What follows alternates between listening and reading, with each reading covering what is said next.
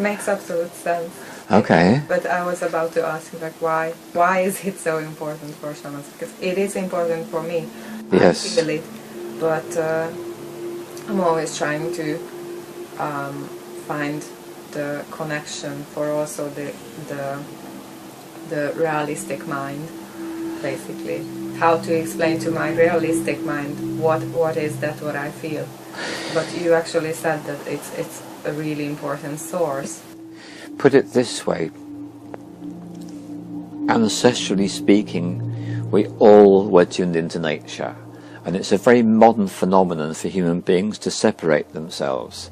And so one of my primary concerns about humans today is the amount of time they spend on the screen, and for me also because I have so much of my work to be done on the screen.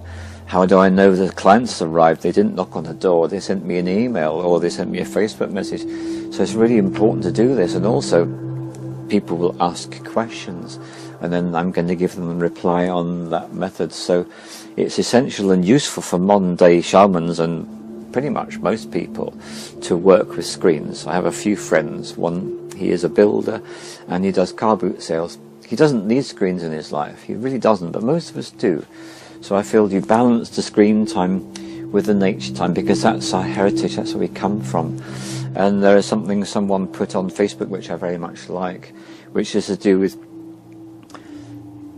if I have a religion or a belief system, if I want to use any of those words which I would not choose to use, then it's like, my thing is nature, and I can prove it, because you can go outside and you can see it. It's not like, does God exist? You have a question about that. But when it comes to nature, it's obvious. So I can prove God exists, just go outside, look at a tree. Yes. There was actually a religious theory in the ancient Greece, which was, I always forget the name exactly, I should have looked up. But it starts with the P, letter P. Pantheism? Yeah, that's it. Thank you very much. Okay, so all shamans really, if they accept it or not, they come from a pantheistic tradition. So as far as a shaman is concerned, the stream has an energy, and so does a river, and so does the sea, and so does a pea plant, so does an oak tree. That's very easy for most people to understand. So all plants are alive, all plants have got a spirit, but so all the other qualities of nature. A fire has a spirit. However, a car has a spirit, an iPad has a spirit, a phone has a spirit. Now this is a bit more difficult for a lot of people to understand, so let me cue you in a little bit.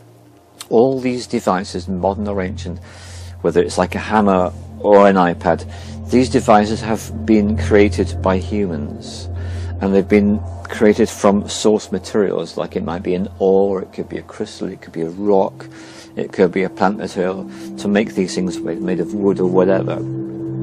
So that actually has then been formed into a device for a function. That's giving the beginnings of life. So the question, do human beings create life? Yes, we do. Any human being that's ever created has ever created a computer game has actually known the power of God, because that human being has brought a whole reality into existence. Second Life, very old game, all the names, Call of Duty, whatever you want to think of, that's actually been brought into existence. So that's the power of the gods. Now when it comes to a device like an iPad or a phone, it's really helpful for the human being to send a little bit of attention to that device, because that device is in the process of becoming conscious, which is something that a lot of people probably resist the idea of. So that's the shamanic perspective. Everything has consciousness, and what we like to do is to give respect. So for example, would a shaman eat meat? Some shamans do and some shamans don't. The shaman who eats meat is going to give gratitude to that animal. The shaman eats plants is going to give gratitude to those plants. So for us, gratitude is like essential, because it's respect. Yeah. Makes sense. I had two questions in my mind, because you just mentioned now religions and stuff. Yes. I'm reading for my thesis a lot of background literature, and this question always comes up: is shamanism a religion or something else? And I was wondering, what do you think? Is shamanism a religion is the first question. You asked that. The question you didn't ask is shamanism a belief system? So religion, what is religion? Religio, it's two words. It's probably Greek because I don't recognize it from Latin. Religio means to reunite, to bring together, to join up. According to the strict meaning of the word, then I would accept it's a religion. In terms of the general human understanding, I would say it's not a religion. I say it goes way beyond the religion, because the thing is, to subscribe to religion, you need to believe this. You have to hold all these beliefs you need to subscribe to. So I was brought up in the Christian religion, and I was taught, I believe in one God, Father Almighty, maker of heaven and earth, and in all things visible and invisible, and in one Lord Jesus Christ, the only begotten Son of God, God of God, light of light, very God of very God. I remember the whole thing word perfect, and I stopped my intimate connection with that religion when I was 18. Shows how strong these things are. So with shamanism, it's pragmatic. I began my training with skepticism. In other words, I did not believe. And yet, despite the skepticism, I discovered, by staying in my rational mind, but it works, but that worked, but that worked. So you don't need to believe for shamanism to work. The client doesn't need to believe for shamanism to work. So on that sense, it kind of falls down. Another thing about shamanism, it predates all religions that I'm aware of. I know that the Hindu religion goes back more than 25,000 years. Most religions we think of, apart from Hinduism, are very new upstart religions. Christianity and Islam, they're terribly new, couple of thousand years, 1400 years, very, very new. But Hinduism, a good 25,000 years. Shamanism, unbroken traditional worldwide, 40,000 years. So that's a huge difference. Yeah. So before people were able to tune in, okay, I'm being instructed to say something, so I'll simply say it. If we go back to the days of the people who lived in caves, when people lived in caves and they were in their cave and they were hungry, then something that they would do is they would get a stick from the fire that was charcoal, and they would draw a simple drawing of maybe an animal that could be prey, and they would draw arrows or spears sticking at that animal. And then the following day they would go out and they would catch an animal and they would kill it, and they would have food and they would eat. Now that's an incredibly ancient form of magic. Now we've not brought the word magic into shamanism. Shamanism and magic have got a very strong interconnection. What that person was doing all those times ago was declaring the intention. The intention is to feed the tribe. The shaman, the person in that time, did a drawing. They activated that intention by so doing, and they went out with unbending intent. I'm going to find me an animal of prey. I'm going to find me an animal of prey. And then they do, and it's killed and it's eaten. So very, very powerful. And generally in the Western world, most of us have forgotten this, except for the successful people. Everyone who has success in business knows all this. All the Richard Bransons in the world, they developed and they manifested their unbending intent to do something. And they didn't let anything stand in their way. And now they are multimillionaires or whatever. So, yeah. But you wouldn't call them shamans? I wouldn't call them shamans, but I would call them magical practitioners, even if they didn't realize it. Yes. So here's a distinction between magic and shamanism. Shamanism, the way I understand it, and all the people that I know that practice, we are all in it for the healing. And healing for ourselves, healing for other people. So that's what the focus is. Someone comes to me with a need for healing. Now when I say the house needs cleansing, that's a healing, because it's cleansing the space which is going to benefit the person or the people that's going to live there. So for me it's all to do with healing. Here's another example. A person might have a really dodgy relationship with money. If I was to do work with that person and take them guided on the shamanic journey to the spirit of money, and they would have the experience of doing the journey and I'd be the guide, then when they connect with the spirit of money and the spirit of money, it communicates with them, then they would come back out of that journey with some information. This is also healing, because for people to have a connection to the spirit of money means they can manifest their intent more effectively. If the person is stuck in the belief system of poverty, it's more difficult to manifest their intent. So for me, working with the spirits of money and the spirits of wealth, working with having a good career, working with love, manifesting love into your life. This is all comes under the category of healing, because I see it all as within healing. Yeah. Because it's among the questions also that what would be the modern times shaman's task, and you just answered it basically. Did I? So your question is, what is the task of the modern shaman? The modern shaman is there, available for those that request assistance.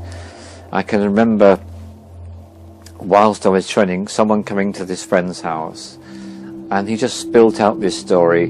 My life was fine. Some years ago, I started to have problems. I became depressed. I got less and less energy. I couldn't function anymore, and my life was a total mess. It is a total mess. I'm in a total mess now. I don't know what to do about it. I don't know what it was that caused him to speak to me, but he did. He spoke to me and he said all these things. So I then did a healing for him then and there. He was in the same room as I was in, and what I did is I manifested and activated the blue vortex, and with the spirits of the plants and the other guys I used, we went into his energy body and we drew out all those negative energies, and his life has never been the same since. It's like he was totally reborn as far as he was concerned. So people come to you with a problem, usually an intractable problem. Usually they've tried many things, they've been to the doctor, they've been here, they've been there, and nothing else works. So a lot of the time, but not all the time, a lot of the time the shaman is the last port of call for the desperate. So whatever it is they've got a problem with, then we can assist. However, there's a really important thing here which I could just skate over, but I'm being instructed to make this clear. If that client on a really deep soul level doesn't want the work, so supposing they say, yeah, I want this work, but in their heart of hearts they don't want the work, then that can create a block, and it's possible for them not to receive the benefits. If it's possible for us to have a communication about that, that can be resolved. Sometimes not. In my entire practice, which has been going on for 11 years now, only 2 examples I ever get of people who did not want to heal. So, and this was in the days when I was training, so one of these guys came up to me and he said, thank you for your offer to do healing for me. So in other words, I offered him to do the healing. And I said, okay. And so I found myself in a big industrial building, and I saw him aged 2 and pretty miserable, pretty upset, really disconnected from everything. And with my guides, I then communicated with his 2-year-old, hello there, we're here to help you. We can bring you back to your future self. This 2-year-old looked up at us and said, no way. And so, of course, the first thing I did is said, why not? It's going to be great. You can be reunited to your future self. You won't be here anymore. I said, I'm not going to come back, because he's not willing to make any changes in his life whatsoever. And so he wouldn't come back. So I had to say to the guy, sorry, mate, it's not happening. And he's someone who's a good friend, and that really is how he is. He wants to make a change, but doesn't want to make a change. But, like, I've had that twice in 11 years. It's not bad. No. Not at all. But did you try again with that person? No. And this is what I've learned. You see, then I was training, and if you're training, one of the most difficult things as a shaman is you're training, or you've just finished your training, you've got these skills. Who is going to want to have a healing from you? Nobody knows you. You're just some person. So to begin, it's necessary to invite other people, to ask them if they would like healing. Now, once you are through your process, you don't need to do that anymore. So what happens now is I don't offer to people, I wait for the people to come to me, because that's the right way round, really. But to start with, it's necessary to do this. One of the ways I really got a massive training, the way I see it is, I had my training for 2 years. After my 2 years, I then changed my status from apprentice to journeyman. As a journeyman, what I did, an incredibly lucky situation, I was co-hosting a series of camps for between 100 and 200 people for 8 weeks in Gloucestershire, and people coming through the doors all the time. But we had about 20 people that were helping us to run the camps. So I spoke to one of the people, said, would you like a healing? They said, yeah, they had an amazing experience. They started talking to other people. Could I have one? Could I have one? I did healing for all the people who were actually assistants on that camp. And that was such a training I had, because you can imagine how much I learnt in that time. Yeah. So let's have one more question before we have a break. So what would you like to ask next? You mentioned the drawings regarding the cave. Yes. And the first meetup I went to, we actually started with the drawing. We did. But that's not how I would. So that's for me a little bit of psychotherapeutic method more. But how does a shaman, because it's a little bit of art there, a little bit of art when I hear the drum playing. Shamans are using art as I see, but is it a basic tool for shamans? What do you think? Or does it depend on the shaman, on the person? Right, so the question is about shamanic art and how is art used as a shaman. So you made a very wide definition, you included the drumming. I'm going to exclude all that and just keep it to the really obvious arty stuff. So in other words, a person has got something and they're putting something on it, maybe a colour or something like that kind of thing. It's a vast subject. What you did on that meetup is a divinatory art system which I co-created with my sister a long time ago, and we find it very powerful and useful. It's like the person makes their own tarot card and it reveals so much about them. Other ways we use shamanic art, for example, we'll get stones and all the paints and people will paint on the stones. Now this is a huge subject, and I do have a film where I take people through my own personal process, and I end up doing these 3 artworks on these 3 stones, and that makes such a transformation in my existence. I face, well, I'll tell you, the main thing I faced was something which is a universal quality amongst people in the West: self-loathing. Most people are unconsciously carrying a degree of self-loathing with them, and I release my self-loathing doing this work with painting on these 3 stones. So that's just a tiny little example. So there are many ways we can work with art. Something else which I don't do much of, and we're going to be doing this on the retreats in Portugal, we're going to be doing what we call craft work. People go outside into nature and they get things that they find and they bring them back in a little collection, and they use those things to create craft work. That's also very powerful too. So what it is, working with colour, working with form, so anything like painting, sculpture, or just putting things together and making something that's interesting. Very powerful shamanic tools which people get huge benefits from. I remember when we were drawing and you mentioned this, that the people create their own tarot cards. Yes.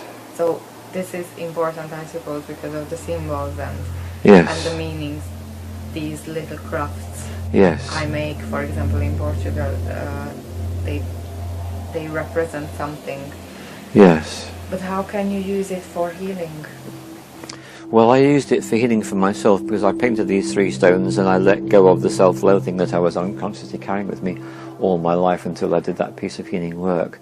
So there's really no limit to the kinds of healing works that can be done by working with shamanic art and divinatory art. It's amazing what you can do. So the other example is when you haven't done this. We did a couple of retreats this year where we did make use of this tool. It's called transformational mandalas. If a person has got, say, a negative attitude to a particular thing, like money, for example, most people don't realize that money is a spirit, it's a consciousness.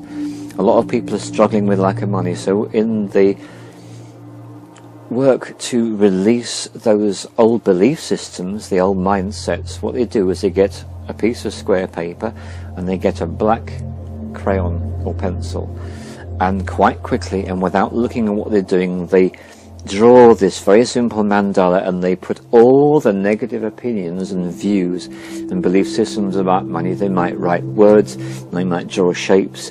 That usually takes no more than 4 or 5 minutes. And you're doing this group, it's very, very powerful. Then when you're done, you don't look at it. It's really important to do not look at what you've done. roll it up into a cone shape, you go outside and set fire to it, and you watch it burning, and you put it into a safe place for it to finish burning, and you keep watching it until the last flames have died out, gone. You go inside, another square piece of paper, and you cut the corners off so it looks nice. All the colours come out. You spend as much time as you like, and again you create a mandala. I should be more precise. A mandala is an artwork where you start in the centre with some shape, and you add some other shape, and some other shape, and some other shape.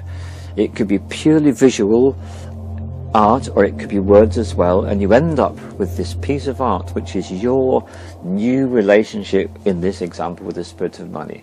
It could be a new relationship to health, it could be a new relationship to love, and I've done these things and they are so powerful.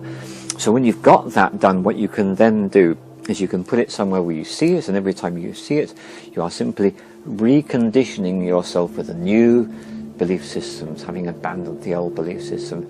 Really, with art, the sky's the limit.